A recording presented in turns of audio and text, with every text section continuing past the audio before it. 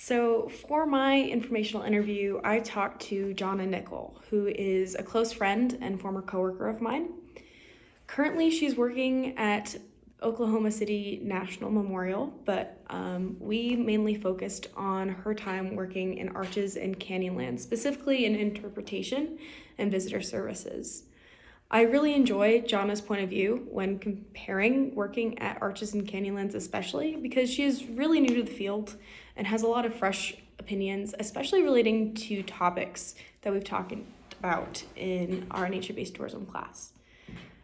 The topic of over-tourism specifically really kind of guided our conversation, especially how it's been managed in the Southeast Utah parks. It's an issue that remains extremely important to both John and I, having lived and worked in these communities, and we know people whose careers and livelihoods have been directly impacted by it.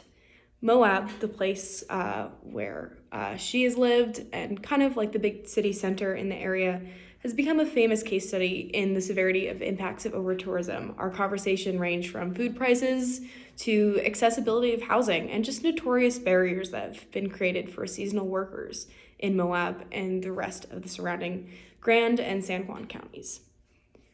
It was also fun to hear about Jonna's experience with visitor services, comparing a larger park like Arches, where she worked at the front desk, to a really small backcountry station at the Needles district in Canyonlands.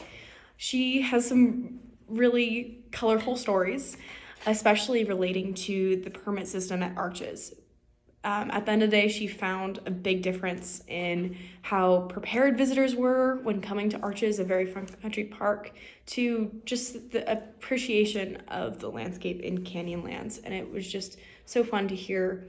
But it was also interesting to get her perspective on people's opinions of the permit system, because she was that first face coming into the park, and she has some stories of visitors just not having a great time with it.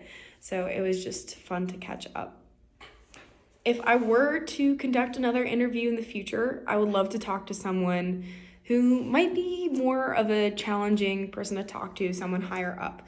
While it was great to catch up with Jonna and discuss topics that we have talked about in class, I think it would be more beneficial to my career and just for informational purposes to talk to someone like that.